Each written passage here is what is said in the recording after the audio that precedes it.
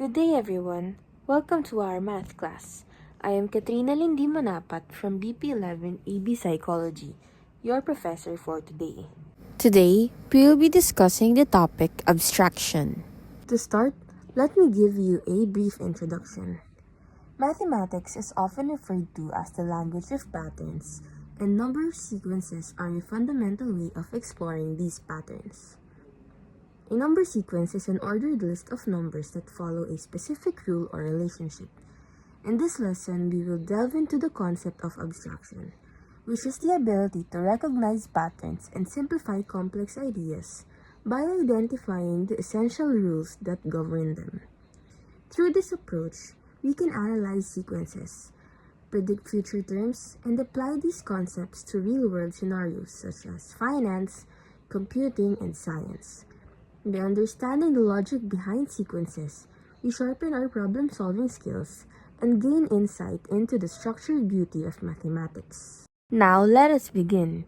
We will be identifying the next three terms of the following sequences.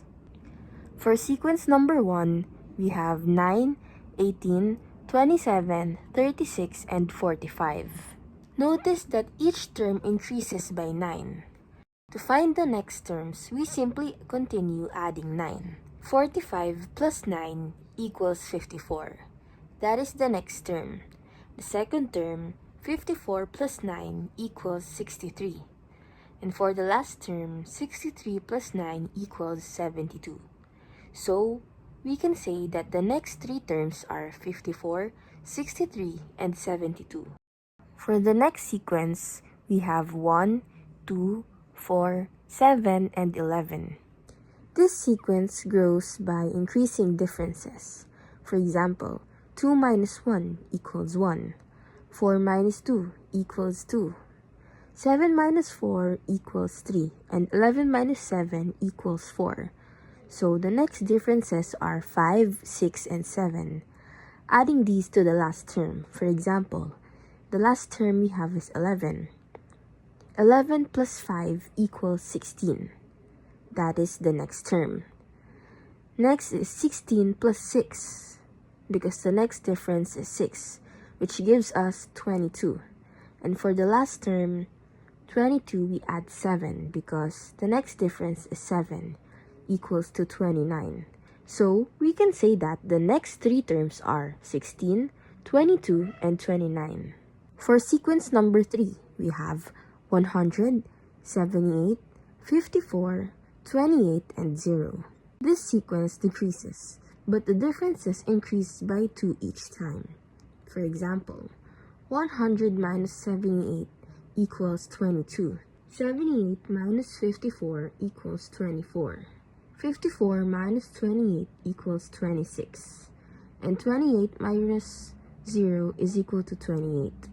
Following this pattern, the next differences are 30, 32, and 34. So we subtract them. Since the last term is 0, we subtract 30 from 0, which is negative 30. That is the next term after 0. After negative 30, we subtract 32, which gives us with negative 62. For the last term, we have negative 62 minus 34, which gives us negative 96. So, the next three terms are negative 30, negative 62, and negative 96. Let us move on to sequence number 4. The terms are 30, 35, 45, 60, and 80. As you can see, this sequence has increasing differences. The next differences are 25, 30, and 35. So, by adding these, we can have 80 plus 25 equals 105. 105 plus 30 equals 135. And for the last term, we have 135 plus 35 equals 170. So we can say that the next three terms are 105, 135, and 170. For sequence number 5, the terms are 151, 149, 145, 137, and 121. As you can see, this sequence decreases and the differences double each time. For example, 151 minus 149 equals 2. 149 minus 145 equals 4. 145 minus 137 equals 8. 137 minus 121 equals 16. So we can say that the next differences are 32, 64, and 128. So with this information, we can determine that the next three terms are 121 minus 32 is 89. That is the first difference. The next is 89 minus 64 equals 25. And for the last is 25 minus 128 equals negative 103. So given these, the next three terms are 89, 25, and 103. Let's move on to sequence number 6. We have 36, 43.5, 51, 58.5, and 66. This sequence increases 7.5 each time. For example, 36 plus 7.5 equals 43.5. 43.5 plus 7.5 equals 51. 51 plus 7.5 equals 58.5. 58.5 plus 7.5 equals 66. So continuing this pattern, 66 plus 7.5 equals 73.5.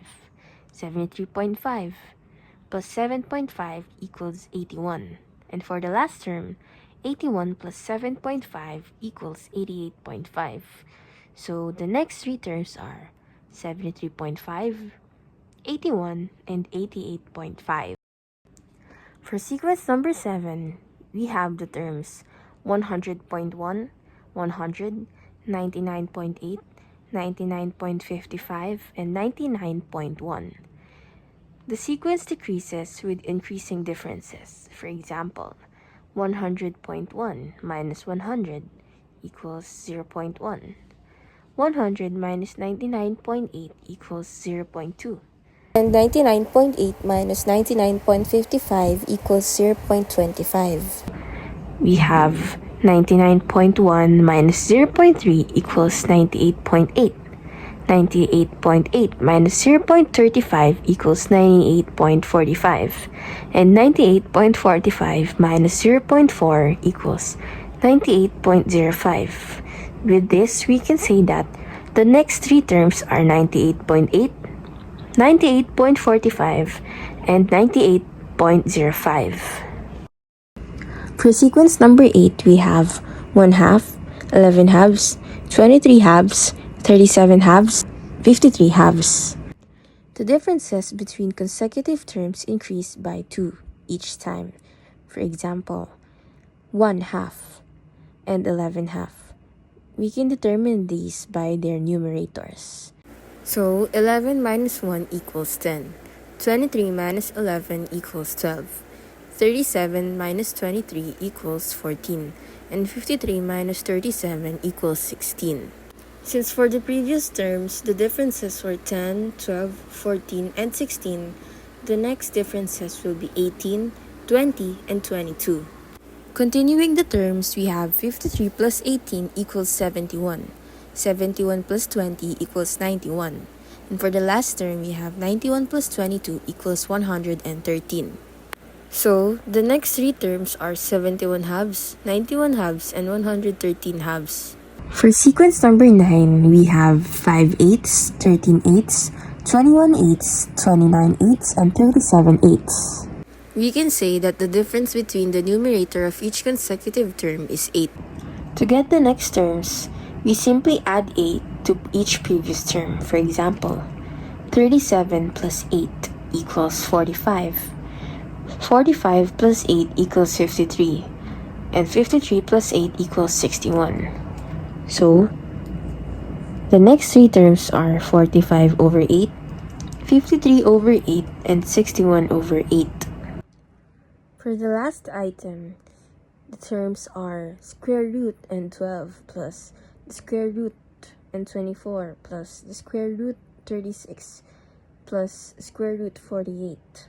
Since we can observe that the square root is repeated for each term, we just copy it for the next 3 terms and the number on the side just adds 12 each time. For example, 48 plus 12 equals 60. 60 plus 12 equals 72. And 72 plus 12 equals 84. Therefore, the next 3 terms are square root 60 plus square root 72 plus square root and 84.